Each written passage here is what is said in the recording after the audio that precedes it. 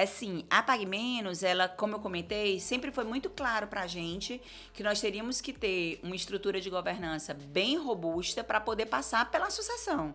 Porque não é uma coisa usual fazer uma sucessão bem feita. Normalmente, as sucessões, elas acontecem por força de um acidente, por força de uma fatalidade. Então, essa consciência nossa, e aí todos os créditos ao Deusimar, que é o fundador, que normalmente é muito apegado ao seu império, né? Ao seu feito, à sua empresa. Ele não, ele com essa visão de desprendimento, sempre nos capacitou e nos preparou para este momento da sucessão.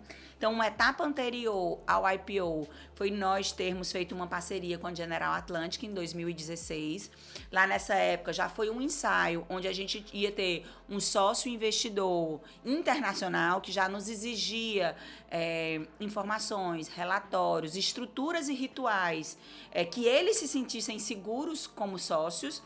Então, a gente, de 2016 até 2020, a gente foi tornando essa estrutura de governança cada vez melhor elaborada. Uma antessala da governança, digamos assim, né?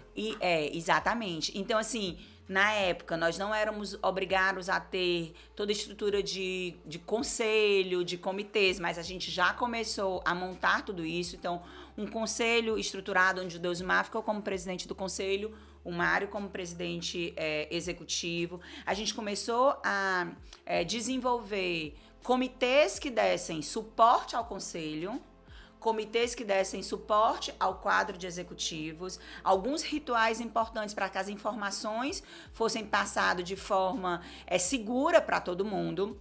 A gente, em paralelo, fez toda uma estrutura de governança da família, porque uma coisa é você estar como executivo, outra coisa é você estar como um acionista, sócio ou conselheiro. Então, são instâncias diferentes. E a gente passou a vida toda como executivo.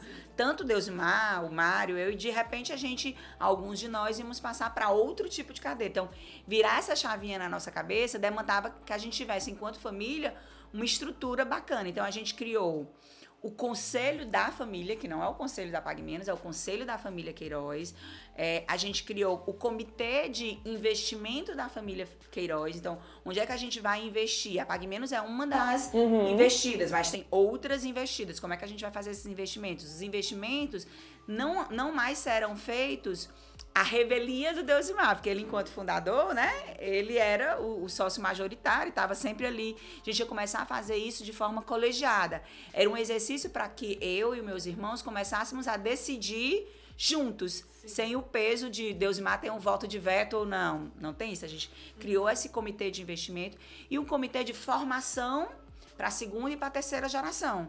Porque o Deusimar, na visão dele, era muito claro que todos os 4 iam estar dentro do negócio da família, os 4 filhos. Mas os netos já são 14, já tem bisneto. Então, é importante que a gente esteja atento aos talentos desses 14, porque o Deusimar teve sorte, porque os 4 não só queriam, como tinham talentos para estar dentro da estrutura da Pague Menos. Era claro tanto para ele como para os 4. Como para a gente, né? Já os 14 netos, existe uma diversidade maior. Acreditar que os 14 vão estar dentro da operação, talvez nem seja saudável para a operação, e talvez eles tenham outros sonhos, né? Então, a gente criou o comitê de formação para a terceira geração. Então, tudo isso foi acontecendo para que a gente tivesse essa maturidade de chegar no gol, que era o objetivo de fazer o IPO. Então, a gente montou um consórcio de bancos parceiros para dar suporte a esse processo. A gente fez todo o roadshow, era de forma virtual. Então, tinha um benefício de não ter que sair voando horas e horas para vários continentes, e para Inglaterra, ou Estados Unidos, ou Ásia, para onde estivessem esses possíveis investidores. Então, não tinha horas de voo. Mas tinha um desafio de fazer virtual, porque hoje a gente está... E a capacidade de convencimento, persuasão virtual. Hoje a gente está até um pouco mais acostumado com esse universo do virtual. Mas em 2020... Mas ali estava no processo, né? Estava todo mundo aprendendo junto. Então, fazer essas rodadas de explicar o caso Pague Menos, a tese de investimento, tudo de forma virtual, foi muito desafiador. E no auge da pandemia, né? Porque se abriu o capital em setembro, vocês fizeram isso em junho, julho, maio, né? Eu assumi a presidência 100 dias antes do IPO. Então, por volta de junho e julho, eu estava assumindo a presidência bem no meio da rodada de roadshow. Mas, assim, foi um desafio muito grande. Mas, por outro lado, a gente colhe muito bons ensinamentos disso. Sabe, do limão fazer a limonada, por exemplo. No dia D, que era o dia de apertar a campainha, estourar confetes, esse era o sonho do Deusmar, né? Um homem que veio do mercado de capitais, da Bolsa de Valores, ajudou a construir as regionais da Bolsa aqui em todo o Nordeste, teve a corretora. Para ele, esse era o momento. E aí ele ficou se perguntando, poxa, eu não vou poder ir lá para São Paulo, para Bovespa, para poder apertar a campainha, porque lá tá fechado, ninguém entra e ninguém sai. Todos os estabelecimentos praticamente estavam fechados, só estavam abertos os hospitais, as farmácias, alguns estabelecimentos de comida, né, supermercado. Aí deu aquele negócio, poxa, será que esse era o momento? Vou perder esse grande momento. E aí a gente conseguiu, deste momento, que talvez fosse um momento não ideal, a gente transformou num momento ainda mais legal. Só em me lembrar, eu já fico emocionada. Porque a gente transformou a nossa sede da Pague Menos na Bolsa de Valores. Então, a gente fez a fachada da Bolsa. Trouxeram a festa pra dentro de casa.